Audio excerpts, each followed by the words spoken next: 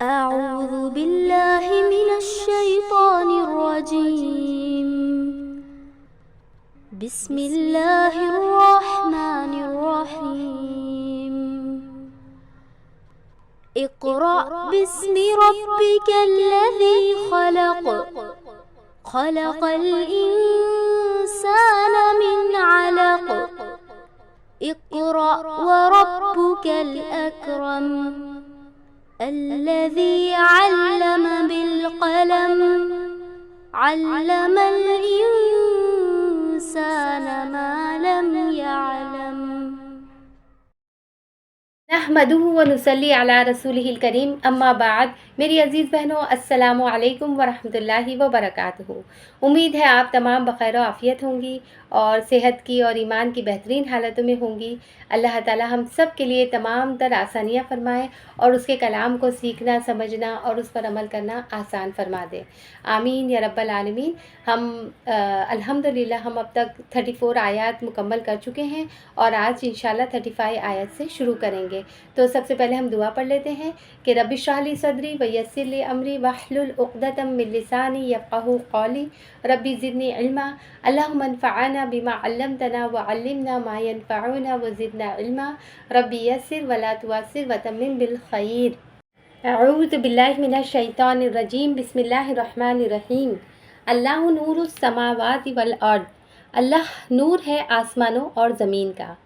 مثل نور ہی، اس کے نور کی مثال. مثل مطلب مثال، نور ہی اس کے نور کی مثال ایسی ہے. حضرت عبداللہ بن مسعود رضی اللہ تعالیٰ عنہ، ابن مسعود رضی اللہ تعالیٰ عنہ کہتے ہیں میری بہنوں کہ یہاں پر اس کے نور کی مثال، جو یہاں پر ایک مثال بیان ہو رہی ہے، تو مثال مومن کے دل کی مثال ہے. یعنی اللہ کے نور کی مثال جو مومن کے دل میں ہے، اللہ کا وہ نور جو مومن کے دل میں، اس کی مثال ایسی ہے.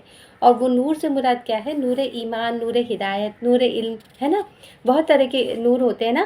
تو اس کی مثال اللہ تعالیٰ یہاں پہ بیان کر رہے ہیں کہ اس کی مثال ایسی ہے کمشکاتن فیہا مصباح. کمشکاتن جیسے کہ مشکات. مشکات کا مطلب کیا ہوتا ہے؟ طاق. طاق دیکھیے پہلے نہیں ہوتا تھا، ہم لوگ ابھی تو الحمدللہ لائٹس وغیرہ سب رہتی ہے، لائٹس جاتی نہیں، لیکن پہلے جو ہے جو لائٹس جاتی تھی تو، یا لائٹ کچھ علاقوں میں ہوتی نہیں تھی تو دیواروں میں سے طاق بنائے جاتے تھے. طاق مطلب دیواروں کے اندر ایسی گہری جگہ کر کے ایسی جگہ بنا دی جاتی تھی جہاں پہ لالٹین، کندیل یا موم بتی وغیرہ رکھ سکے، جس سے وہ جو ہے نا ہوا اس کو زیادہ نہ لگے اور وہ اچھے طریقے سے جل سکے اور روشن کر سکے پورے. اور وہاں رکھ کر اونچی جگہ پہ اس طاق میں کوئی بھی چیز لالٹین یا موم بتی وغیرہ رکھ دی جاتی تھی تو پورا روم جو ہے اچھا خاصا روشن ہو جاتا تھا. تو اس کی مثال ایسی ہے، اس کے نور کی مثال ایسی ہے جیسے کہ طاق ہو، ہے نا. فیہا اس میں مصباح. مصباح کا مطلب ہوتا ہے چراغ. چراغ اس کے اندر جو ہو چراغ ہو. المصباح فی زجاجہ. المصباح ہو اور پھر وہ چراغ کس میں ہو؟ فی زجاجہ. زجاجہ کسے کہتے ہیں میری بہنوں؟ وہ جو ہوتا ہے نا چراغ کے اوپر شیشے کا فانوس لگا ہوا رہتا ہے نا، ہم جس کو لالٹین بھی کہتے ہیں نا. تو وہ جو لالٹین، اس کا جو شیشہ کیوں لگایا جاتا ہے اس کے اوپر؟ تاکہ وہ چراغ ایک تو بجھنے نہ پائے. ہوا چلے گی تو پھر کیا ہوگا؟ اگر چراغ کے اوپر کوئی چیز نہیں ہوگی تو وہ بجھ جائے گا. تو اس پر وہ شیشے کا فانوس لگاتے تھے. تو اس سے 2 فائدے ہوتے تھے. ایک تو چراغ بھی بجھتا نہیں تھا اور دوسرا اس سے روشنی بھی پھیل جاتی تھی. مطلب وہ زیادہ روشن کر دیتا تھا ایریے کو اور بہت اچھی طریقے سے روشنی پھیلنے کا سبب بنتا تھا. تو پھر کیا ہے؟ المصباح فی زجاجہ، یعنی وہ جو چراغ ہے، چراغ بھی جو ہے پھر شیشے کے فانوس میں ہو. الزجاجۃ کأنہا کوکب دری یوقد. کأنہا، اور وہ کیسا ہو؟ وہ فانوس کیسا ہو؟ دیکھیں کتنی پیاری مثال یہاں پر آئی ہے. کأنہا گویا کہ وہ کوکب. کوکب مطلب ستارہ. گویا کہ وہ ستارہ ہو. دری دریون کا مطلب ایک تو ہوتا ہے میری بہنوں چمکدار موتی، اور دوسرا ایک مطلب ہوتا ہے درون. آپ نے پڑھا بھی ہے نا، درون مطلب دور کر دینا. تو کوکبن دریون مطلب یہ کہ ایسا ستارہ جو دور کر دے. کس کو دور کر دے؟ اندھیروں کو دور کر دے، تاریکی کو دور کر دے. یعنی ستارے کی طرح وہ فانوس چمک رہا ہو. یوقدو من شجرتین. یوقدو جو بھڑکایا جاتا ہے یا جلایا جاتا ہے، من شجرتین درخت سے. کیسے درخت سے؟ مبارکتین جو بابرکت ہے. اور وہ بابرکت درخت کون سا ہے؟ زیتونتین زیتون کا درخت. ہے نا, یعنی وہ جو چراغ ہے ایک تاک ہے, اس میں ایک چراغ ہے, اور چراغ پر بھی جو شیشے کا فانوس ہے وہ بالکل بھی نہ چمکتے ہوئے ستارے کی طرح روشن ہے, ٹھیک ہے. اور اس چراغ کے اندر تیل کون سا ہے؟ بابرکت زیتون کے درخت کا تیل ہے. میری بہنوں دیکھیے کہ وہ جو زیتون کا تیل ہے نا بہت بہترین ہوتا تھا جلانے کے لیے نا. تو پہلے تو اس سے جلاتے تھے لوگ چراغ بھی, کیونکہ اس کا جو ہے نا زیتون کے تیل کی خاصیت کیا ہوتی ہے کہ اس کا دھواں کم ہوتا ہے اور روشنی زیادہ ہوتی ہے. تو یہ بڑا ہی بابرکت مبارک درخت ہوتا ہے.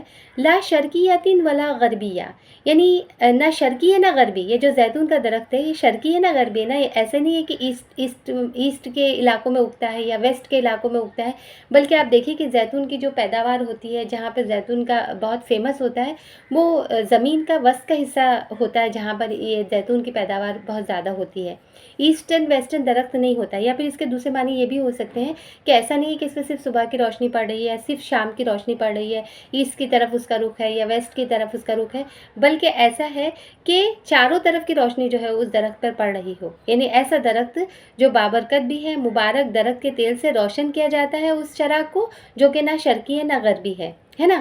پھر کیا اور خاصیت ہے کہ یکادو قریب ہے, کہ زیتوہا مطلب اس کا تیل, یودیو روشن کر دے, ہے نا, یودیو روشن کر دے. ولو لم تمسس ہنار, ولو اگرچہ لم نہیں تمسس چھوئی ہو اس کو آگ, یعنی آگ نہ بھی چھوئے تو اس کے تیل میں ایسی خاصیت ہے, ایسی کوالٹی ہے کہ خود اپنے آپ جو ہے وہ بھڑکنے کے لیے تیار ہوتا ہے, اور وہ خود بھی مطلب روشن ہوتا ہے. زیتون کے تیل میں ایک طرح کی چمک ہوتی ہے میری بہنوں, ہے نا. تو وہ بنا آگ لگائے بھی چمکتا ہے, اور قریب ہے کہ وہ مطلب روشن کر دے. یہاں پر جو بات فرمائی جا رہی ہے نا کہ تیل جس کا تیل آپ بھڑکا پڑتا ہو, چاہے اس کو آگ نہ لگے. اس طرح نور علی نور, نور پر نور ہو گئے, یعنی تیل بھی روشن ہے اور پھر آگ لگا دی جائے اس کے اندر تو وہ فانوس کے ساتھ مل کر اور نور پیدا ہو جاتا ہے, یعنی روشنی پر روشنی کی بڑھانے کے سارے اسباب جو ہے جمع ہو گئے. یہد اللہ لنورہ, یہد اللہ, اللہ تعالیٰ ہدایت دیتا ہے اپنے نور کی لنورہ, اپنے نور کی من یشاء, جسے چاہتا ہے. وہ یضرب اللہ الامثال للناس, اور بیان کرتا ہے, یضرب یعنی بیان کرتا ہے اللہ امثال مثالیں, للناس لوگوں کے لیے, واللہ بکل شیء علیم, اور اللہ تعالیٰ ہر چیز کو جاننے والا ہے. میری بہنوں دیکھیے کہ بڑی پیاری مثال ہے یہ, قرآن مجید کی بہت خوبصورت آیتوں میں سے ایک آیت ہے. الحمدللہ ہم اس کا ترجمہ ایک بار پھر دیکھ لیتے ہیں کہ اللہ نور السماوات والارض, اللہ آسمانوں اور زمین کا نور ہے نا, یعنی روشن کرنے والا ہے, مطلب یہ کہ ان کو روشن کرنے والا ہے. مثل نور ہی, اس کے نور کی مثال ایسی ہے, کمشکاتن فیہا مصباح, کمشکاتن جیسے کہ تاک ہو, فیہا مصباح اس میں جو ہے چراغ رکھا ہوا ہو, اور المصباح فی زجاجتن, الزجاجۃ کأنہا کوکب دری یوقد, اور چراغ ایک فانوس میں ہو اور فانوس کا حال یہ ہو جیسے کہ موتی کی طرح چمکتا ہوا تارا. یوقد من شجرۃ مبارکۃ زیتونہ, وہ چراغ زیتون کے ایک ایسے مبارک درخت کے تیل سے روشن کیا جاتا ہو جو کہ لا شرقیت ولا غربیہ, جو کہ شرقی ہو نہ غربی ہو. یکاد زیتھا یضیء ولو لم تمسس نار, یعنی جس کا تیل آپ بھڑکا پڑتا ہو, چاہے اس کو آگ نہ لگے, ہے نا. نور علی نور, تو روشنی پر روشنی ہو گئی, یعنی روشنی بڑھنے کے سارے اسباب جمع ہو گئے. یہد اللہ لنورہ من یشاء, اللہ تعالیٰ اپنے نور کی طرف جس کی چاہتا ہے رہنمائی فرماتا ہے. وَيَضْرِبُ اللَّهُ الْأَمْثَالَ لِلنَّاسِ, اور وہ لوگوں کو مثالوں سے بات سمجھاتا ہے. وَاللَّهُ بِكُلِّ شَيْءٍ عَلِيمٌ, اور اللہ تعالیٰ ہر چیز سے خوب واقف ہے. میری بہنوں دیکھیے کہ یہاں پر بڑی پیاری مثال بیان کی گئی ہے. یہ ایک مومن کے دل کی مثال ہے کہ جس میں اللہ تعالیٰ نے ایمان اور قرآن کا نور ہدایت ڈال دیا ہو. اس کو بڑے بہترین انداز میں یہاں پر اللہ تعالیٰ فرما رہے ہیں کہ مثل نورہ کمشکاتن فیہا مصباح, کہ اس کے نور کی مثال ایسی ہے جیسے کہ ایک تاک ہو, اس میں چراغ ہو, ہے نا. جیسے کہ میں نے آپ کو بتایا کہ پہلے لائٹس وغیرہ نہیں ہوتے تھے, یا آج بھی کچھ علاقوں میں یا مساجد کے اندر یا گھروں کے اندر جو ہے ایسے تاک بنائے جاتے ہیں, اور ان تاکوں کے اندر چراغوں کو رکھا جاتا ہے, اور چراغ کی لو پھڑکنے نہ پائے, ہوا کے جھونکے سے بجھنے نہ پائے, اس لیے اس پر فانوس لگا دیا جاتا ہے. جسے ہم لالٹین یا چمنی کہتے ہیں۔ شیشے کے فانوس میں چراغ کی لو ہوتی تھی میری بہنوں، اور اسے تاک پر رکھ دیا جاتا تھا، جس کی وجہ سے کیا ہوتا تھا کہ پورے گھر میں اجالا ہو جاتا تھا، پورا گھر روشن ہو جاتا تھا۔ تو یہاں پر اللہ تعالیٰ نے مومن کے سینے کو تاک سے تشبیہ دی ہے کہ جیسے کہ ایک تاک ہو، اس میں اس کا دل جو ہے ایک چراغ کے مانند ہے۔ آپ میری بہنوں دیکھیے کہ اس بات کو سمجھنے کے لیے تھوڑا سا تصور کی دنیا میں جائیے، تو آپ کو یہ مثال ان شاء اللہ تعالیٰ اچھے طریقے سے سمجھ میں آئے گی کہ اللہ تعالیٰ کیا فرما رہے ہیں، کیسی مثال دے رہے ہیں۔ جیسے کہ ایک تاک ہو اور اس میں چراغ ہو، تو جو مومن کا دل ہے اس کو چراغ سے تشبیہ دی گئی کہ اس کا دل ایک چراغ کی مانند ہے، اور چراغ کیا ہے، شیشے کے فانوس میں ہے، شیشے کا فانوس، اور وہ فانوس بھی ایسا ہے جیسے کہ چمکتا ہوا تارا۔ آپ دیکھیے کہ اگر شیشے کا فانوس گندا ہو، مٹیالہ ہو، دھوئے کی وجہ سے میلا ہو گیا ہو، تو پھر کیا ہوگا کہ صرف روشنی میں اضافہ نہیں کرتا بلکہ روشنی پھیلنے میں بھی آڑ بن جاتا ہے، ایک حجاب بن جاتا ہے، ایک آڑ بن جاتا ہے۔ اس لیے فرمایا کہ وہ فانوس جو ہے ستارے کی مانند چمکدار ہے، اس میں سے شعاع نکلتی ہے تو نکھر جاتی ہے۔ اس طرح مومن کا قلب بھی اتنا صاف، اتنا شفاف، اتنا عظیم ہوتا ہے، وہ سوز و غداز رکھنے والا دل ہوتا ہے، اللہ سے ڈرنے والا دل ہوتا ہے، اتنا صاف و شفاف دل ہوتا ہے کہ اس میں کسی کے لیے بغض، عداوت، کینہ، دشمنی اور بالکل بھی کسی کا برا چاہنا یا کسی پہ ظلم کرنا، یہ اس کے دل میں نہیں ہوتا۔ اس کے دل میں محبت، خیر خواہی، ایک دوسرے کے لیے جو ہے اچھے جذبات اور ایک دوسرے کی مدد اور اللہ تعالیٰ کا خوف اور تقویٰ اور یہ ساری چیزیں ہوتی ہے میری بہنوں۔ اور جو فانوس ہے نا، تو آپ سمجھ لیجئے کہ وہ ایک شریعت کی طرح سے ہے۔ اللہ تعالیٰ کہہ رہے ہیں نا کہ ایسی شریعت، ایسے فانوس کے اندر وہ چراغ ہے، یعنی وہ چراغ تو ہے ہی اتنا پاکیزہ، وہ فانوس بھی اتنا پاکیزہ ہے، وہ شریعت بھی جو اس کو ملی ہوئی ہے وہ اتنی پیاری شریعت ہے، اتنی آسان شریعت ہے کہ اس میں کوئی خامی، کوئی خرابی نہیں ہے۔ جب تک ہم اس شریعت میں رہتے ہیں ہم محفوظ رہتے ہیں، چمکتے رہتے ہیں، بالکل ستارے کی طرح سے، ہے نا۔ اور شریعت کے باہر نکل کر جب ہم زمین میں منمانے کام کرنے لگتے ہیں تو شیطان کے ترنے والے بنتے جاتے ہیں، پھر وہ اچک لے جاتا ہے۔ تو صحابہ کرام کا حال دیکھیے کہ کیا تھا کہ انہوں نے شریعت کو اپنی زندگی کے ہر شعبے میں، ہر حالات میں فٹ کیا تھا، جیسے بھی حالات آئے وہ شریعت سے نہیں ہٹتے تھے۔ تو میری بہنوں یہ جو ہے اس طریقے سے وہ فانوس ہے، یوقد من شجرۃ مبارکۃ زیتونہ، اور وہ چراغ جلتا کیسے ہے، ایسے بابرکت تیل سے جو کہ نہ شرقی ہے نہ غربی ہے، جس کا روغن آپ سے آپ بھڑک اٹھنے کے لیے تیار ہے، مچل رہا ہے، چاہے اسے آگ چھوئی بھی نہ ہو۔ تو اس طرح مومن کے دل میں بھی جب اللہ تعالیٰ نور ہدایت ڈالتا ہے نا میری بہنوں، تو روز بروز اس کا انشراح حق قبول کرنے کے لیے بڑھتا چلا جاتا ہے، ہر وقت وہ احکام کرنے کے لیے تیار رہتا ہے، اگرچہ بعض احکام کا اسے علم نہیں بھی ہوا ہوگا، جیسے کہ روغن زیتون کو آگ لگنے سے پہلے ہی جو روشنی کے لیے مچل رہا تھا، تو مومن بھی علم احکام آنے سے پہلے ہی ان پر عمل کرنے کے لیے بے چین ہوتا ہے، اور جب اس کو علم حاصل ہونے لگتا ہے تو فوراً ہی جو ہے اس کو قبول کرنے لگتا ہے اور عمل کرنے لگتا ہے۔ اس طرح علم اور عمل مل کر نور علی نور ہو جاتے ہیں میری بہنوں، ہے نا۔ کتنی دیکھیے آپ میں بھی کتنی طالبات ہوں گی جو اس تلاش میں ہوں گی کہ ہمیں ٹرانسلیشن کلاس ہمیں کہیں مل جائے، ہمیں قرآن کا ترجمہ سیکھنے کا موقع ملے تاکہ ہم اس پر عمل کریں۔ مطلب یہ کلاس شروع ہونے سے پہلے ہی بہت ساری بہنیں اس کی تلاش میں ہوں گی، اور پھر جب دیکھیے ماشاءاللہ سے یہ قرآن کا علم آپ کو حاصل ہو گیا، قرآن کی باتیں اور قرآن کے احکامات آپ کے ذہن میں آ گئے، تو پھر جو ہے نا علم اور پھر جو ہے انسان کا عمل، یہ دونوں اگر مل جاتا ہے، انسان اگر اس کے حساب سے عمل کرنے لگتا ہے تو علم اور عمل مل کر کیا ہو جاتے ہیں، نور علی نور ہو جاتے ہیں۔ اب جب نور علی نور ہو جاتے ہیں میری بہنوں، تو پھر کیا ہوتا ہے کہ جس سے سب سے پہلے تو انسان کا دل منور ہوتا ہے، وہ ایک روشن چراغ کی صورت اختیار کر لیتا ہے، اور پھر وہ طاق منور ہوتا ہے، یعنی انسان کا پورا سینہ، اس کا دل منور ہوتا ہے۔ پھر ان انوار سے انسان کا پورا وجود، اس کی پوری شخصیت منور ہو جاتی ہے۔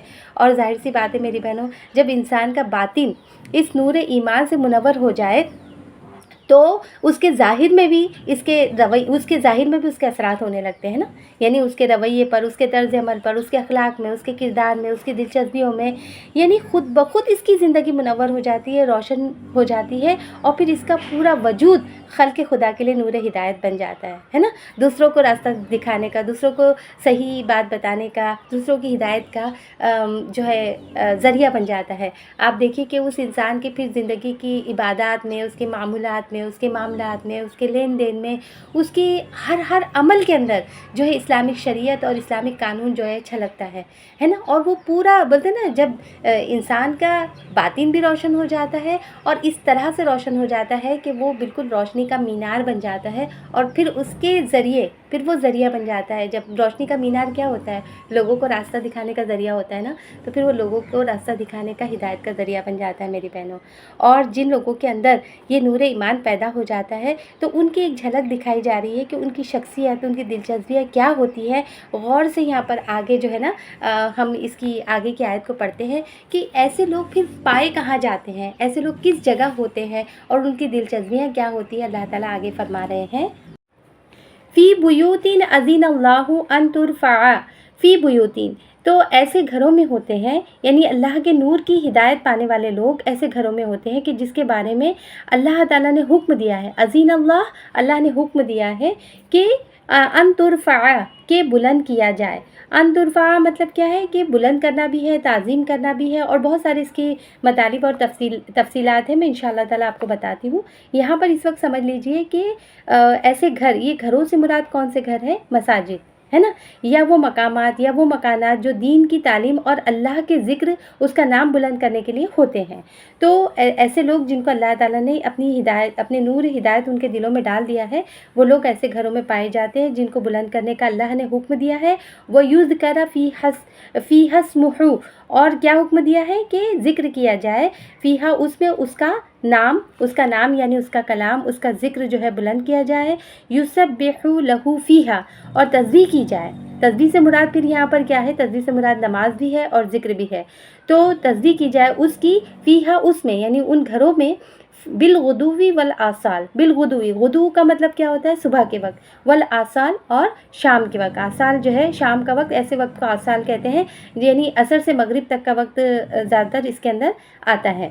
تو ہم اس کے اندر ترجمہ ایک بار دیکھ لیتے ہیں اور پھر سے میری بہنوں کہ فی بیوتین اذین اللہ ان ترفع ویذکر فیہا اسمہ ویسبح لہ فیہا بالغدو والآصال، کہ ایسے لوگ اللہ کے نور کی ہدایت پانے والے لوگ ان گھروں میں پائے جاتے ہیں جنہیں بلند کرنے کا اور جن میں اپنے نام کی یاد کا اللہ نے اذن دیا ہے. یعنی اللہ نے اذن دیا ہے، کہیں پر آتا ہے اللہ نے حکم دیا ہے.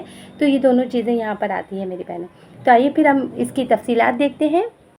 تو ایسے لوگ ان گھروں میں پائے جاتے ہیں، ان مساجد میں پائے جاتے ہیں جن کو بلند کرنے کا اللہ تعالیٰ نے حکم دیا ہے. اللہ نے حکم دیا ہے کہ وہاں پر کیا کیا جائے؟ اللہ کا ذکر کیا جائے، نماز پڑھی جائے، تسبیحات کیا جائے، تسبیح، تحلیل اور اللہ کے ذکر اذکار میں اور اللہ کے نام کو بلند کرنے میں جو ہے وہ بلند کرنے والے گھر ہوتے ہیں. تو ایسے لوگ ایسے گھروں میں پائے جاتے ہیں. یہاں پر ایک بات بتاتے چلوں کہ ایسے گھروں سے مراد ایک تو مساجد ہے. مساجد کے علاوہ وہ مکانات بھی اس کے اندر آ جاتے ہیں میری بہنوں جو قرآن کی تعلیم کے لیے مخصوص کیے گئے ہوں، دین کی تعلیم کے لیے مخصوص کیے گئے ہوں، یا واعظ و نصیحت کرنے کے لیے جن کو طے کیا گیا ہو، اس جگہ پہ واعظ و نصیحت کا کام ہوتا ہو، یا اللہ کا ذکر ہوتا ہو، یا ایسے مدارس جہاں پہ دینی تعلیم وغیرہ کا اہتمام ہوتا ہو. وہ ساری چیزیں اس کے اندر شامل ہیں میری بہنوں. اور پھر یہ دیکھیے کہ اللہ تعالیٰ، اللہ کے رسول صلی اللہ علیہ وسلم نے فرمایا ہے، قرطبی کی یہ حدیث ہے کہ اللہ کے رسول صلی اللہ علیہ وسلم نے فرمایا کہ جو شخص اللہ سے محبت رکھنا چاہتا ہے اس کو چاہیے کہ مجھ سے محبت کرے، اور جو مجھ سے محبت رکھنا چاہتا ہے اس کو چاہیے کہ میرے صحابہ سے محبت کرے، اور جو میرے صحابہ سے محبت رکھنا چاہتا ہے اس کو چاہیے کہ قرآن سے محبت کرے، اور جو قرآن سے محبت رکھنا چاہے اس کو چاہیے کہ مسجدوں سے محبت کرے، کیونکہ وہ اللہ کے گھر ہیں. اللہ نے ان کی تعظیم کا حکم دیا ہے اور ان میں برکت رکھی ہے. وہ بھی بابرکت ہے اور ان کے رہنے والے بھی بابرکت ہے. وہ بھی اللہ کی حفاظت میں ہیں اور ان کے رہنے والے بھی اللہ کی حفاظت میں ہیں. وہ لوگ اپنی نمازوں میں مشغول ہوتے ہیں، اللہ ان کے کام بناتے ہیں، ان کی حاجتیں پوری کرتے ہیں. وہ مسجدوں میں ہوتے ہیں اور اللہ تعالیٰ ان کے پیچھے ان کی چیزوں کی حفاظت کرتے ہیں. کتنی بہترین بات فرمائی ہے نا یہاں پر میری بہنوں حدیث میں کہ جب وہ لوگ مسجدوں میں ہوتے ہیں تو اللہ تعالیٰ ان کی چیزوں کی حفاظت کرتے ہیں. تو میری بہنوں دیکھیے کہ ترفع یا رفع، ترفع لفظ کس سے بنا ہے؟ رفع سے. رفع کا مطلب ہوتا ہے بلند کرنا، ہے نا. تو یہ بلند کرنے کو بہت سارے مفسرین نے الگ الگ اس کی مطالب بیان کیے ہیں. انشاءاللہ میں اس میں سے کچھ آپ کے سامنے رکھوں گی. آپ سب سے پہلے تو دیکھیے اکرمہ اور مجاہد رحمۃ اللہ علیہ امام تفسیر نے فرمایا کہ رفع سے مراد مسجدوں کا بنانا ہے.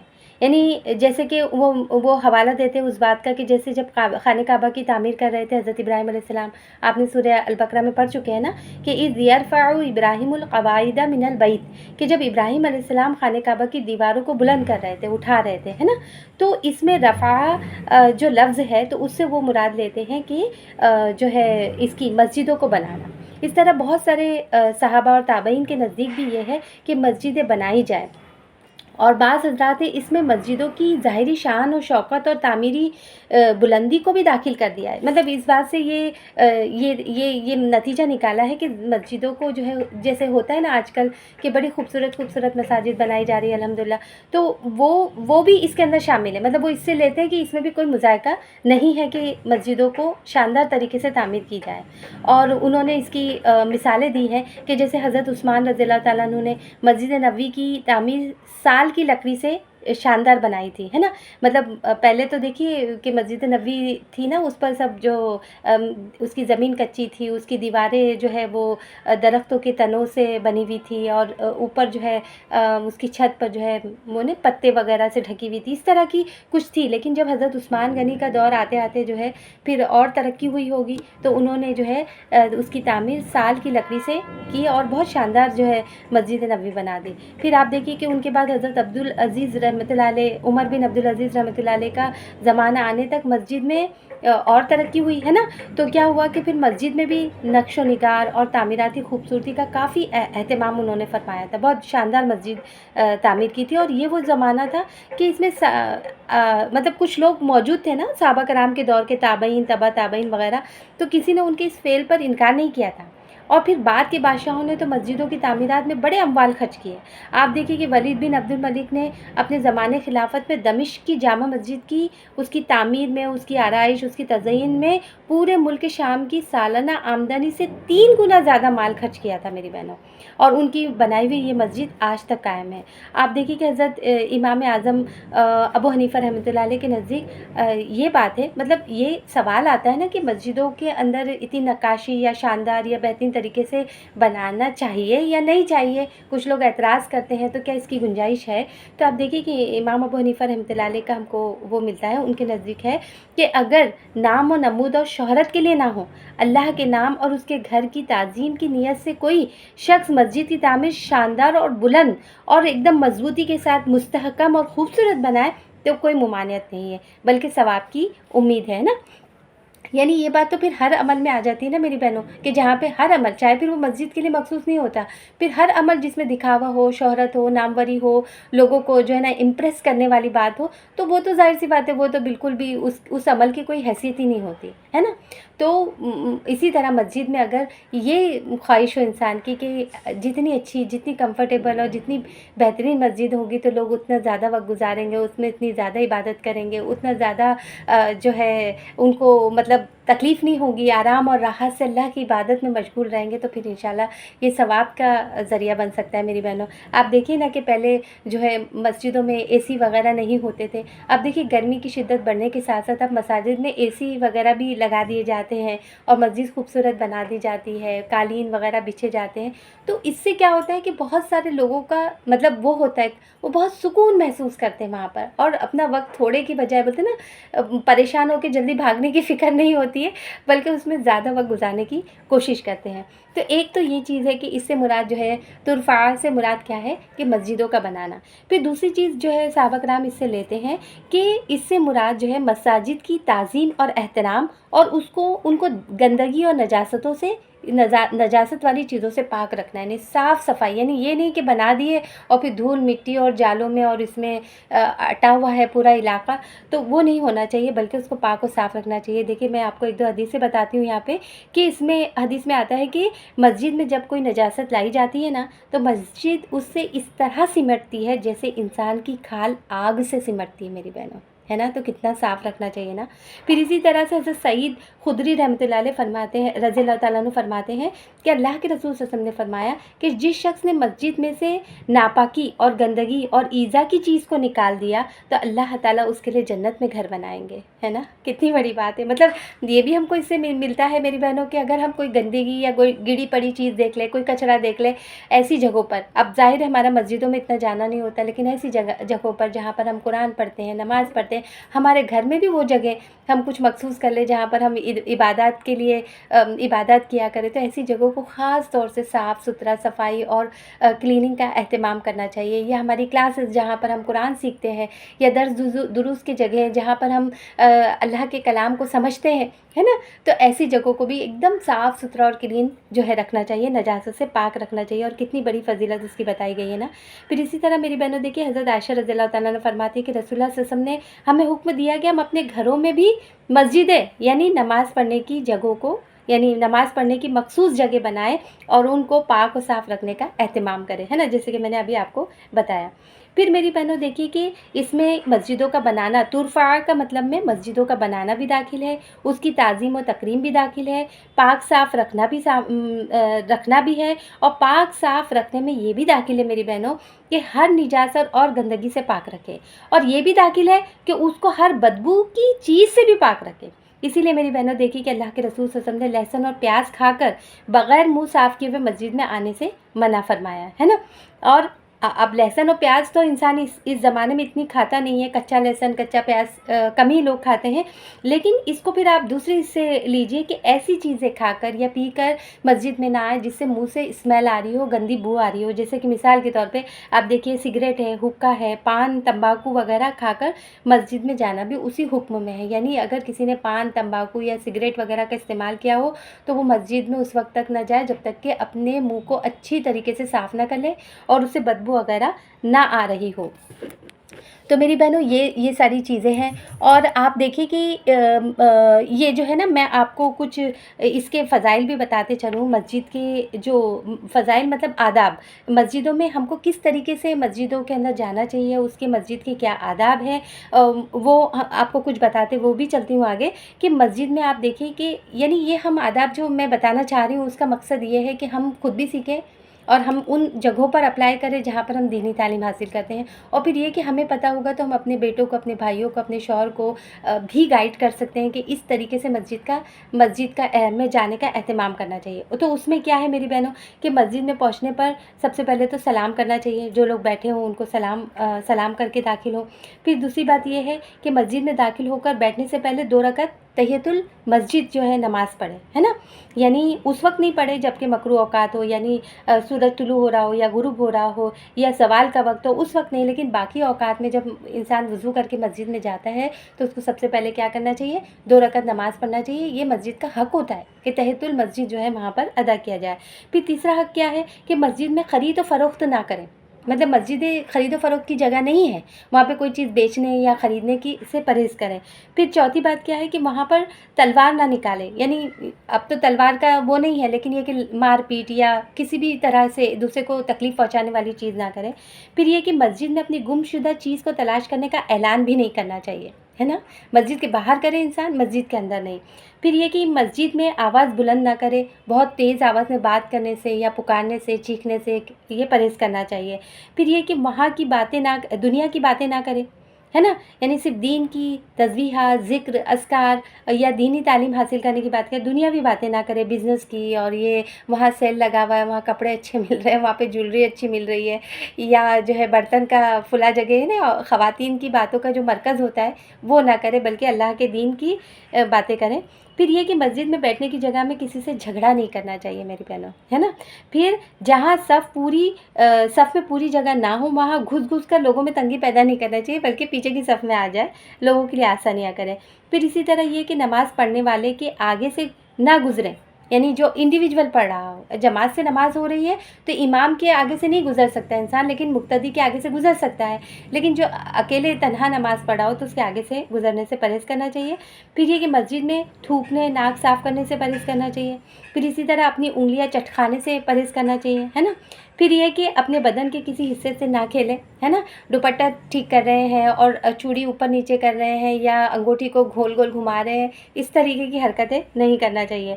پھر یہ کہ نجاست سے پاک صاف رہے، یعنی خود بھی پاک صاف رہے، مسجد کو تو رکھنا ہی ہے لیکن خود بھی، جیسے بولتے ہیں نا، یہ ہوتا ہے کبھی کبھی نا ہمارے برقعے سے یا ہمارے کپڑوں سے ایسی اسمیل آنے لگتی ہے، تو اس کو اچھی طریقے سے صاف ستھرے کلین لباس کو پہن کر ایسی جگہوں پر، ایسی مقدس جگہوں پر یا مساجد میں یا ایسی کلاسز میں یا دینی تعلیم کی جگہ پر بالکل بھی صاف ستھرا اور اچھے طریقے سے جانا چاہیے تاکہ دوسروں کو بھی کوئی تکلیف نہ ہو ہماری وجہ سے۔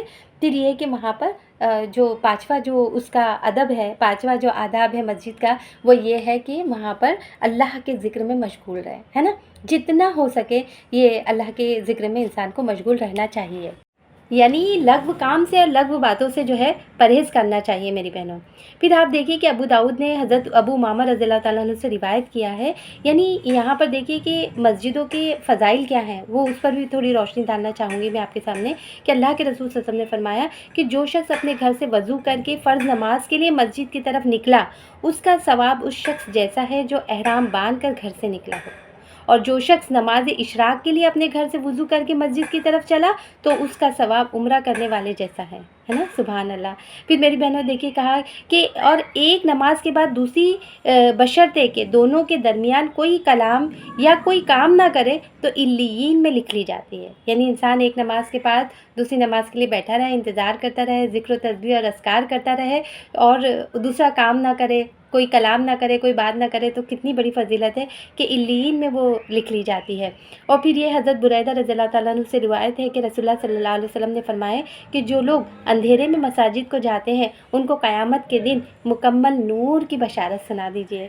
یہ مسلم کی روایت ہے میری بہنوں، یعنی اندھیرے میں مسجدوں کی طرف جاتے ہیں، اندھیرے میں کون سی نمازیں ہوتی ہے، فجر کی، عشاء کی، ہاں، اور کچھ لوگ تو اللہ کے بندے تہجد کے وقت سے ہی جو ہے مسجدوں میں جا کر بیٹھتے ہیں، تو ان کو کیا ہے، قیامت کے دن مکمل نور کی خوشخبری سنا دیجیے، سبحان اللہ۔ اور پھر آپ دیکھیے کہ صحیح مسلم کی روایت ہے، حضرت ابو ہریرہ رضی اللہ تعالیٰ عنہ اس کے راوی ہے کہ اللہ کے رسول صلی اللہ علیہ وسلم نے فرمایا کہ مرد کی نماز جماعت کے ساتھ ادا کرنا گھر میں یا دکان میں نماز پڑھنے کی نسبت 20 سے زائد درجہ افضل ہے۔ یہاں پر 20 فرمایا لیکن دوسری طرف 27 گنا بھی آتا ہے میری بہنوں، کہ 27 گنا جو ہے گھر میں نماز پڑھنے سے بہتر مسجد میں جا کے نماز پڑھنا ہے۔ اور اس لیے کہ جب کوئی شخص وضو کر کے اور اچھی طریقے سے سنت کے مطابق وضو کرے، پھر مسجد کو صرف نماز کی نیت سے چلے اور کوئی غرض نہ ہو، تو ہر قدم پہ اس کا مرتبہ ایک درجے بلند ہو جاتا ہے اور ایک گناہ معاف ہو جاتا ہے میری بہنوں، یہاں تک کہ وہ مسجد میں پہنچ جائے۔ پھر جب تک جماعت کے انتظار میں بیٹھا رہے گا اس کو نماز ہی کا ثواب ملتا رہے گا، اور فرشتے اس کے لیے دعائیں کرتے رہیں گے کہ یا اللہ اس پر رحمت فرما اور اس کی مغفرت فرما، جب تک کہ وہ کسی کو ایذا نہ پہنچائے اور اس کا وضو نہ ٹوٹے۔ کتنی فضیلت ہے میری بہنوں، ہے نا، کہ آپ دیکھیے نا کہ درجے بھی بلند ہو رہے ہیں، گناہ بھی معاف ہو رہے ہیں، اور جتنے قدم چلے اتنے، مطلب جتنی دور کی مسجد میں انسان جاتا ہے تو اس کے اتنے درجات بلند ہوتے ہیں، اتنے گناہ معاف ہوتے ہیں، اور پھر وہ جو ہے نماز کا انتظار کرتا ہے تو اس کو اس وقت تک ثواب ملتا رہتا ہے، فرشتے اس کے لیے دعائیں کرتے رہتے ہیں کہ اللہ تعالیٰ اس پر رحمت نازل فرما دے، اس کی مغفرت فرما دے۔ اور کب تک ہوتا رہتا ہے؟ جب تک کہ اس کا وضو نہ ٹوٹے یا پھر وہ کسی کو تکلیف نہ پہنچائے، تو یہ سب اس کے ساتھ ہوتا رہتا ہے، سبحان اللہ میری بہنوں۔ پھر اسی طرح دیکھیے کہ حضرت حکم بن عمیر رضی اللہ تعالیٰ عنہ سے روایت ہے کہ رسول اللہ صلی اللہ علیہ وسلم نے فرمایا کہ دنیا میں مہمان کی طرح رہو اور مسجدوں کو اپنا گھر بناؤ اور اپنے دلوں کو رکت کی عادت ڈالو، اور اللہ کی نعمتوں میں غور و فکر کثرت سے تفکر یعنی غور و فکر کیا کرو، اور بکثرت اللہ کے خوف سے رویا کرو۔ ایسا نہ ہو کہ خواہشات دنیا تمہیں اس حال سے مختلف کر دے کہ تم اپنے گھروں کی فضول تعمیرات میں لگ جاؤ جن میں رہنا بھی نہ ہو، اور ضرورت سے زیادہ مال جمع کرنے کی فکر میں لگ جاؤ، اور مستقبل کے لیے ایسی فضول تمناؤں میں مبتلا ہو جاؤ جو نہ پا سکو۔ تو میری بہنوں کتنی اہم باتیں یہاں پر فرمائی گئی ہیں میری بہنوں۔ پھر اسی طرح سے ایک اور حدیث میں ہے کہ اللہ کے رسول صلی اللہ علیہ وسلم نے فرمایا کہ آخری زمانے میں ایسے لوگ ہوں گے جو مسجدوں میں آ کر جگہ جگہ حلقے بنا کر بیٹھ جائیں گے، حلقے مطلب دائرے بنا کر بیٹھ جائیں گے، اور وہاں دنیا ہی کی اور اس کی محبت کی باتیں کریں گے، ہے نا، بزنس کی، دنیا کی، گھر کی، اور بولتے نا کرنسی کی، اور سب دنیاوی باتیں کریں گے۔ تو تم ایسے لوگوں کے ساتھ نہ بیٹھو، کیونکہ اللہ تعالیٰ کو ایسے مسجد میں آنے والوں کی ضرورت نہیں ہے نا۔ پھر اسی طرح میری بہنوں دیکھیے کہ سعید بن مسیب رحمۃ اللہ علیہ نے فرمایا کہ جو شخص مسجد میں بیٹھا گویا وہ اپنے رب کی مجلس میں بیٹھا ہے، اس لیے اس کے ذمے ہے کہ زبان سے سوائے کلمہ خیر کے اور کوئی کلمہ نہ نکالے۔ یہ قرطبی کی حدیث ہے میری بہنوں۔ تو کتنی ساری باتیں الحمدللہ ہم کو اس آیت سے سمجھ میں آئی نا، کہ جس میں اللہ تعالیٰ کیا فرما رہے ہیں میری بہنوں، کہ ایسے لوگ فی بیوتن ایسے گھروں میں ہوتے ہیں کہ اذن اللہ ان ترفع، کہ جن کے بارے میں اللہ نے حکم دیا ہے کہ اسے بلند کرے اور وہ یوز کرا اور اس کا ذکر کیا جائے اس میں، فیہا اسمہ یسبح لہ فیہا بالغدو والآصال، کہ اس کا نام صبح شام جو ہے نا، اس کا نام، اس کی تسبیح، اس کا ذکر اور اذکار جو ہے اس کے اندر۔ رجال لا تلہیہم تجارت ولا بیع، کہ رجال یہ لوگ ہوتے ہیں، ایسے لوگ ہیں کہ لا تلہیہم نہیں غافل کرتی ان کو تجارت ولا بیع اور نہ ہی بیع، یعنی یہ ایسے لوگ ہیں کہ جن کو یعنی خرید و فروخت جو ہے اللہ کی یاد سے غافل نہیں کرتی۔ آپ دیکھیے تلہیہم یہ جو لفظ ہے میری بہنوں، یہ لہو سے نکلا ہے۔ یہ لہو کا مطلب کیا ہوتا ہے کہ ایسا کام جو اپنے اندر ایسا مشغول کر دے کہ اس سے اہم کام سے انسان غافل ہو جائے، تو اسی سے لفظ تلہیہم یعنی ان کو، تلہی نہیں غافل، لا تلہی نہیں غافل کرتی، ہم ان کو، تجارت ولا بیع یعنی خرید و فروخت لین دین ان کو غافل نہیں کرتا، کس سے؟ ان ذکر اللہ کے ذکر سے، وہ اقام الصلاۃ اور نماز قائم کرنے سے، وہ ایتاء الزکوٰۃ اور زکوٰۃ ادا کرنے سے، یخافون وہ ڈرتے رہتے ہیں، یومن ایسے دن سے، تتقلبو کا مطلب کیا ہوتا ہے؟ الٹ پلٹ ہو جانا ہے نا، جیسے آپ کباب فرائی کرتے ہیں تو کیا کرتے ہیں؟ پہلے ایک سائڈ سے پورا سیک لیتے ہیں پھر پلٹ دیتے ہیں نا، الٹ پلٹ ہونا۔ تو ایسے دن سے ڈرتے رہتے ہیں کہ جس میں تتقلب الٹ پلٹ ہو جائیں گے، اس میں دل اور والابصار اور آنکھیں، ہے نا۔ تو ترجمہ کیا ہے ہم پھر سے دیکھتے ہیں کہ یہ وہ لوگ ہیں جنہیں تجارت اور خرید و فروخت اللہ کی یاد سے اور نماز قائم کرنے سے اور ادائے زکوٰۃ سے غافل نہیں کر دیتی، اور وہ اس دن سے ڈرتے رہتے ہیں جس میں دل الٹنے اور دیدے پتھرائے جانے کی نوبت آ جائیں گی، یعنی آنکھیں پتھرائی جائے گی۔ یہ کیفیت کب ہوتی ہے میری بہنوں؟ آنکھیں کب پتھرا جاتی ہے، دل کب باہر نکلنے کی کیفیت ہوتی ہے؟ جب کہ انسان جو ہے نا اس کو خوف ہوتا ہے، جب وہ خوف کی حالت میں ہوتا ہے تو ایسا لگتا ہے جیسے دل الٹ کر پلٹ کر باہر نکل آئے گا، اور آنکھیں اس کی ایک دم بولتے ہیں نا سکتے میں، جب انسان چلا جاتا ہے تو اس کی آنکھیں بالکل پتھرا جاتی ہیں۔ تو اس کیفیت کا یہاں پر ذکر ہو رہا ہے میری بہنوں۔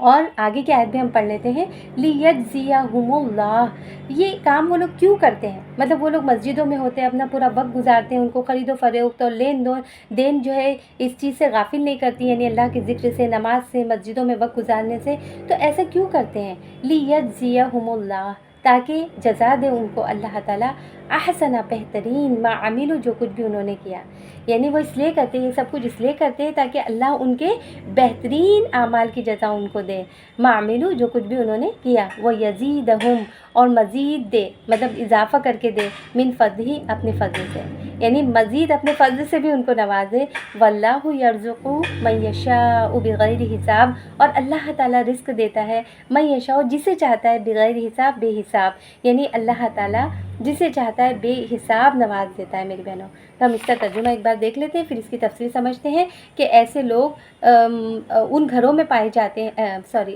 آگے کی طرف سے نا، ایسے لوگ جنہیں خرید و فروخت جو ہے اللہ کی یاد سے اور نماز قائم کرنے سے اور زکوٰۃ دینے سے غافل نہیں کر دیتی، اور وہ اس دن سے ڈرتے رہتے ہیں جس میں دل الٹ پلٹ ہوں گے، اور دیدے جو ہے نا یعنی ابصار یعنی آنکھیں بالکل پتھرائے جائیں گے، یعنی دل اور آنکھیں الٹ پلٹ ہو جانے کی نوبت آ جائے گی، اور یہ سب کچھ اس لیے کرتے ہیں تاکہ اللہ تعالیٰ ان کے بہترین اعمال کی جزا ان کو دے اور مزید اپنے فضل سے نوازے۔ اللہ تعالیٰ جسے چاہتا ہے بے حساب دیتا ہے میری بہنوں۔ دیکھیے کہ یہاں پر کتنی پیاری وہ اللہ کے نور جسے ملتا ہے، ان لوگوں کی کتنی پیاری تشریح یہاں پر بیان کی گئی ہے کہ جو لوگ نور ہدایت پا لیتے ہیں، جو اللہ کا نور ان کے دل کے اندر اتر جاتا ہے، تو پھر ایسے لوگ کہاں پائے جاتے ہیں؟ ایسے لوگ مسجدوں میں پائے جاتے ہیں، اللہ کا ذکر کرتے ہیں، نماز پڑھتے ہیں، تسبیح کرتے ہیں، صبح و شام جو ہے ان کے اوقات جو ہے نا مسجدوں کے چکروں سے گھرے رہتے ہیں الحمدللہ۔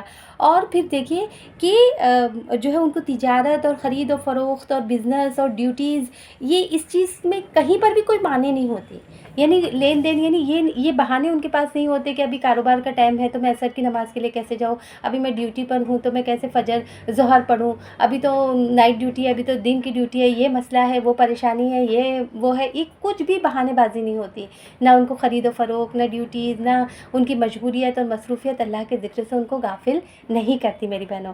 اس کے بارے میں دیکھیے ایک دو واقعات آپ کو بتاتی ہوں کہ حضرت عبداللہ بن عمر رضی اللہ تعالیٰ عنہ فرماتے ہیں کہ یہ آیت بازار والوں کے بارے میں نازل ہوئی ہے، اور ان کے صاحبزادے حضرت سالم رضی اللہ تعالیٰ عنہ فرماتے ہیں کہ ایک روز عبداللہ بن عمر رضی اللہ تعالیٰ عنہ بازار سے گزرے تو نماز کا وقت ہو گیا تھا، لوگوں کو دیکھا کہ وہ دکانیں بند کر کے مسجد کی طرف جا رہے ہیں، تو فرمایا کہ انہی لوگوں کے بارے میں جو ہے نا قرآن کا یہ ارشاد ہے کہ رجال لا تلہیہم تجارت ولا بیع عن ذکر اللہ، کہ یہ ایسے لوگ ہیں کہ جنہیں تجارت اور بیع اللہ کے ذکر سے غافل نہیں کرتی۔ پھر آپ دیکھیے کہ اللہ کے رسول صلی اللہ علیہ وسلم کے دور میں دو صحابی تھے جو تجارت کے، دو صحابی تھے، ایک تو اس میں تجارت کرتے تھے اور دوسرے صنعت و حرفت یعنی لوہار کا کام کرتے تھے، یعنی تلواریں بنا کر بیچتے تھے، تیر تلواریں جو بھی لوہے کی اس وقت جنگی سامان کی ضرورت ہوتی تھی وہ بنایا کرتے تھے، لوہار تھے، اور دوسرے جو تھے وہ تجارت کرتے تھے۔ پہلے صحابی کی تجارت کا یہ حال تھا کہ اگر وہ سودا تول رہے ہوتے تھے اور اذان کی آواز کان میں پڑ جاتی تھی تو وہیں ترازو کو پٹک کر نماز کے لیے کھڑے ہو جاتے تھے، مطلب یہ اتنا بھی وہ وقت لینا گوارا نہیں کرتے تھے کہ وہ سودا تول کے جو ہے سامنے والے کو دے دے، جیسے ہی اللہ اکبر کی اذان کی آواز کانوں میں گونجتی تھی تو وہ ویسے ہی چھوڑ کر جو ہے نماز کے لیے چلے جاتے تھے۔ اور دوسرے بزرگ یعنی جو لوہار تھے ان کا عالم یہ تھا کہ اگر گرم لوہے پر ہتھوڑے کی ضرب لگا رہے ہیں اور کان میں آواز اذان کی آ گئی تو اگر ہتھوڑا مونڈے پر اٹھا رکھا ہے یعنی کندھے پہ ہتھوڑا ہے اور وہ ضرب لگانے والے ہیں تو اور ایسے میں ان کے کانوں میں جو ہے اذان کی آواز پڑ جاتی تھی تو وہی مونڈے کے پیچھے سے ہی ہتھوڑے کو جو ہے زمین پر ڈال دیتے تھے اور نماز کو چل دیتے تھے، یعنی اٹھائے ہوئے ہتھوڑے کی ضرب لگانا بھی جو ہے ان کو گوارا نہیں تھا۔ تو ان کی کچھ مفسرین کہتے کہ ان لوگوں کی مدح میں بھی، ان لوگوں کی تعریف میں بھی یہ آیت نازل ہوئی۔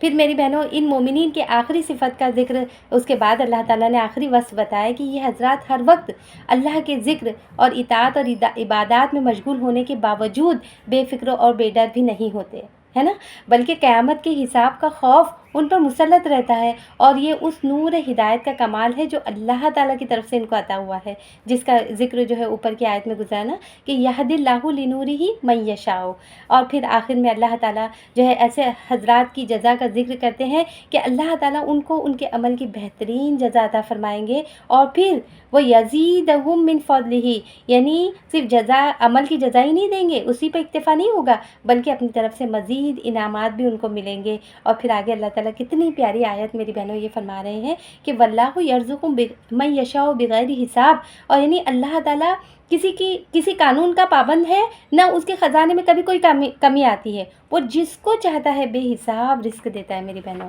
کتنی پیاری آیت یہاں پر فرمائی گئی ہے نا۔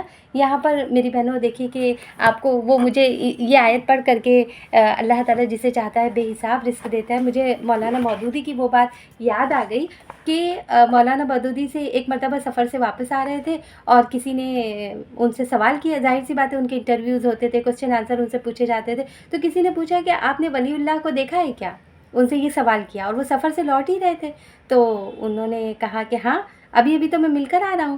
تو تفصیل پوچھی تو بتایا کہ ریلوے اسٹیشن پر سامان اٹھانے کے لیے ایک کلی کی ضرورت تھی، یعنی جب وہ ریل سے اترے تو کلی کی ضرورت تھی، بہت سارے کلی دوڑ کر آئے کہ ہم اٹھا کر لے کے چلتے، لیکن وہ کہنے لگے کہ میری نظر ایسے کلی پر پڑی جو بڑے اطمینان سے نماز میں مشغول تھا، تو ہم نے فیصلہ کیا کہ اسی کلی سے اپنا سامان اٹھوائیں گے، کیونکہ وہ نماز پڑھ رہا تھا نا، تو انہوں نے اس کا انتظار کیا۔ تو وہ نماز سے فارغ ہوا تو میں نے اس سے پوچھا کہ کیسے بندے ہو، ٹرین کی آمد ہی تو تمہارے رزق کا سامان ہے، تم رزق کمانے کے وقت میں نماز شروع کر دی، مطلب یہ سوال کیا اس کو ٹیسٹ کرنے کے لیے، جج کرنے کے لیے کیا جواب دیتا ہے وہ، تو اس نے اتنا بہترین جواب دیا میری بہنوں، اس نے کہا کہ جو رزاق ہے نا وہ میرے حصے کا رزق مجھ تک ضرور پہنچا دیتا ہے، اب جس رزاق نے آپ کو میرے لیے روک رکھا ہے، کیا مجھے جچتا ہے کہ اس کی عبادت لیٹ کر دوں؟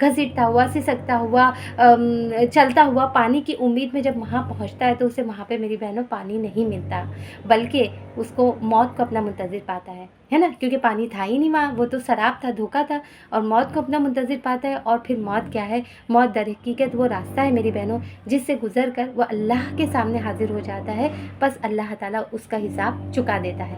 انسان دنیا میں کوئی بھی عمل کرتا ہے اچھے یا برے، وہ سمجھتا ہے کہ ابھی بہت ٹائم ہے حساب کتاب کے لیے، ہے نا، بہت وقت پڑا ہے، ابھی تو دیکھا جائے گا جب دیکھا جائے گا۔ لیکن اللہ تعالیٰ یہاں کیا فرما رہے ہیں کہ اللہ تعالیٰ کو حساب چکاتے دیر نہیں لگتی، اللہ تعالیٰ اس کا حساب چکا دیتا ہے۔ یہاں پر میری بہنوں دیکھیے کہ یہ ایسے انسان کی مثال ہے جس نے دنیا میں بہت سے نیکی کے کام کیے ہوں گے، جب وہ قیامت کے دن اللہ کے حضور حاضر ہوگا تو اس کو بہت اطمینان ہوگا، بہت یقین ہوگا کہ میں نے تو دنیا میں بڑے بڑے نیک کام کیے تھے، خیراتی ادارے قائم کیے تھے، یتیم خانے بنوائے تھے، اسپتال بنوائے تھے، اور اپنے طور پہ بے شمار خدمات انجام دی تھی، لہٰذا ان اعمال پر بہت اسے تکیہ ہوگا کہ میری نجات کے لیے تو کافی ہے۔ لیکن میری بہنوں جیسے کہ اللہ تعالیٰ نے فرمایا کہ جیسے ریگستان میں وہ سراب کی طرح، یعنی دور سے ریگستان میں انسان سمجھتا ہے کہ پانی بہہ رہا ہے، لیکن وہ پانی نہیں ہوتا ہے نا، بلکہ وہ سراب ہوتا ہے، دھوکا ہوتا ہے۔ تو اور اس سراب تک پہنچنے کے لیے انسان جو ہے کتنی محنت کرتا ہے نا، کتنا تھکتا ہے، پریشان ہوتا ہے، گرمی برداشت کرتا ہے، لیکن جب وہاں پہنچتا ہے تو اسے پانی نہیں ملتا ہے نا۔ تو یہ ایسے ہی لوگ جنہوں نے یہ کام کیے ہوں گے، انہوں نے بڑی محنتیں کی، بڑی کوششیں کی، بڑی تھکے اور اپنا مال خرچ کیا کہ ان کو جو ہے اچھی جزا ملے گی، اچھے مطلب ان کی نجات کے لیے کافی ہوگا۔ لیکن آخرت میں جب یہ ایسے لوگ اللہ تعالیٰ کی عدالت میں محاسبے کے لیے کھڑے ہوں گے تو انہیں معلوم ہوگا کہ چونکہ ان کے اعمال کی بنیاد ایمان پہ تھی ہی نہیں، اخلاص تھا ہی نہیں، بلکہ وہ نور ایمان سے خالی تھے، ریاکاری تھی، دکھاوا تھا، جو ہے نا لوگوں کے سامنے شہرت اور ناموری حاصل کرنے کے جذبے کے تحت انہوں نے یہ کام کیے تھے، یا کسی دنیاوی فائدے کے لیے انہوں نے یہ کام کیے تھے، تو انہیں اس کا کوئی اجر نہیں ملے گا میری بہنوں، ہے نا۔ یعنی جیسے کہ دیکھیے کسی نے انکم ٹیکس بچانے کے لیے، الیکشن میں ووٹ حاصل کرنے کے لیے یا حرام کام کے ذریعے جو ہے رقم حاصل کی، پھر انہی پیسوں سے حج بھی کر لیا، کبھی جو ہے رشوت دے کے کام نکلوایا، جب کام نکل آئے تو چند پیسے صدقہ خیرات کر دیے، یا پھر سود کی رقم حاصل کر کے اس میں سے کچھ رقم خیرات کر دی۔ اب جو ہے حرام مال سے خیرات کیسے قبول ہو سکتی ہے میری بہنوں؟ تو اس کا ثواب کہاں سے مل سکتا ہے؟ تو یہ ایک سراب ہے، ایک دھوکہ ہے، ایسے اعمال آخرت میں بے نتیجہ ہوں گے۔ یعنی اس سے کیا پتہ چلتا ہے ہمیں میری بہنوں ہم کو کہ وہ عمل جس کی بنیاد میں ایمان نہیں، حقیقتاً نیکی نہیں ہے، چاہے بظاہر وہ نیکی کا کتنا ہی بڑا عمل نظر آتا ہو، حتیٰ کہ نماز، روزہ، صدقہ خیرات کے بارے میں بھی اللہ کے رسول صلی اللہ علیہ وسلم نے فرمایا کہ اگر ان کا مقصد ریاکاری ہے، لوگوں کو دکھانا ہے، یہ کام لوگوں کو دکھانے کے لیے کیا گیا ہو اور پھر ان پر اپنی دینداری کا دھوس جمانے کے لیے، رعب جمانے کے لیے کیے گئے ہو، تو یہ بھی کیا ہے؟ یہ بھی شرک قرار پائیں گے۔ اللہ کے رسول صلی اللہ علیہ وسلم نے فرمایا نا کہ جس نے دکھاوے کے لیے نماز پڑھی اس نے شرک کیا، جس نے دکھاوے کے لیے روزہ رکھا اس نے شرک کیا، اور جس نے دکھاوے کے لیے صدقہ خیرات کیا اس نے بھی شرک کیا میری بہنوں۔ یعنی اگر تمام اعمال کی بنیاد ایمان اور خالصتاً اللہ کی رضا جوئی کے جذبے کے تحت صادر ہوئی تو تب تو وہ واقعتاً نیکی کے کام قرار پائیں گے اور اجر و ثواب بھی اس کا ملے گا، ورنہ اس کی حیثیت محض سراب کی ہوگی، دھوکے کی ہوگی۔ اللہ تعالیٰ قرآن مجید میں دوسری جگہ فرماتے ہیں نا، وَقَدِمْنَا إِلَىٰ مَا عَمِلُوا مِنْ عَمَلٍ فَجَعَلْنَاهُ هَبَاءً مَنْثُورًا، کہ جنہیں یہ لوگ جو ہے بڑے عمل سمجھ رہے ہیں اور جن پر انہوں نے تکیہ کیا ہے، ہم قیامت کے دن ان کے اعمال کی طرف بڑھیں گے اور انہیں ہوا میں اڑا دیں گے، ہے نا، انہیں دھول بڑھا کر، کہیں پر آتا ہے نا، انہیں دھول بنا کر ہم اڑا دیں گے۔ تو یعنی ہر کام کے پیچھے میری بہنوں ہماری نیت، ہمارا جذبہ، ہمارا یعنی اخلاص بہت معنی رکھتا ہے۔ یعنی چھوٹا سا نیکی کا کام ہو اور اللہ کی رضا کے لیے وہ کام کیا جائے تو اللہ کے نزدیک وہ قابل قبول ہوتا ہے، اور اگر بڑے سے بڑا کام ہو اور وہ دکھاوا، شہرت، ناموری اور لوگوں کے اندر اپنا رعب، دھوس اور اپنی عبادت کا سکہ جمانا ہو تو پھر وہ عمل کی کوئی حیثیت نہیں ہوتی، بلکہ اللہ تعالیٰ اسے دھول بنا کے اڑا دیں گے، اور انسان بڑا بے فکر ان اعمال کے اوپر تکیہ کیے ہوئے وہ ہے اللہ کے حضور حاضر ہوگا کہ چلو اب تو میں نے تو دنیا میں یہ بھی کیا، وہ بھی کیا، یہ بھی کیا، غریبوں کو کھانا بھی کھلایا، کپڑے بھی پہنائے، یتیم خانے بنوائے، یہ کیا، سب کچھ کیا۔ وہ بڑا اطمینان سے وہاں پہنچے گا، لیکن اس کو پتہ چلے گا کہ وہ تو کچھ ہے ہی نہیں، وہ تو اعمال کی کوئی حقیقت ہی نہیں ہے نا۔ تو میری بہنوں اللہ تعالیٰ بس ہم سب کو جو ہے دکھاوے کی اعمال کرنے سے ہماری حفاظت کرے، اور جس کی مثال، جس شخص کی یہاں پر مثال بیان کی گئی ہے، اللہ تعالیٰ ہمیں ان میں شامل ہونے سے بچائے۔ آمین یا رب العالمین۔ تو میری بہنوں یہاں ان مثالوں کے ساتھ ہی ہم آج کا سبق مکمل کرتے ہیں، اور انشاءاللہ تعالی ہم اگلی آیتوں کی تفسیر کے ساتھ پھر اگلی کلاس میں حاضر ہوں گے۔ اللہ تعالی ہمارے دلوں میں جو ہے اس قرآن کی آیتوں کو جما دے، اور اللہ تعالی ہمیں عمل کی توفیق عطا فرما دے، اور پھر جو ہے ہمارے ان اعمال کو اللہ تعالی قبول بھی فرما لے۔ تو ہم دعا پڑھ لیتے ہیں۔ اللہم ارزقنی تفکرا و تدبرا بما یتلوہ لسانی من کتابک والفہم لہ والمعارفۃ بمعانیہ والنظر فی عجائبہ والعمل بذلک ما بقیت انک علی کل شیء قدیر۔ سبحان اللہ و بحمدہ، سبحانک اللہم و بحمدک، نشہد ان لا الہ الا انت، نستغفرک و نتوب الیک۔ السلام علیکم ورحمۃ اللہ وبرکاتہ۔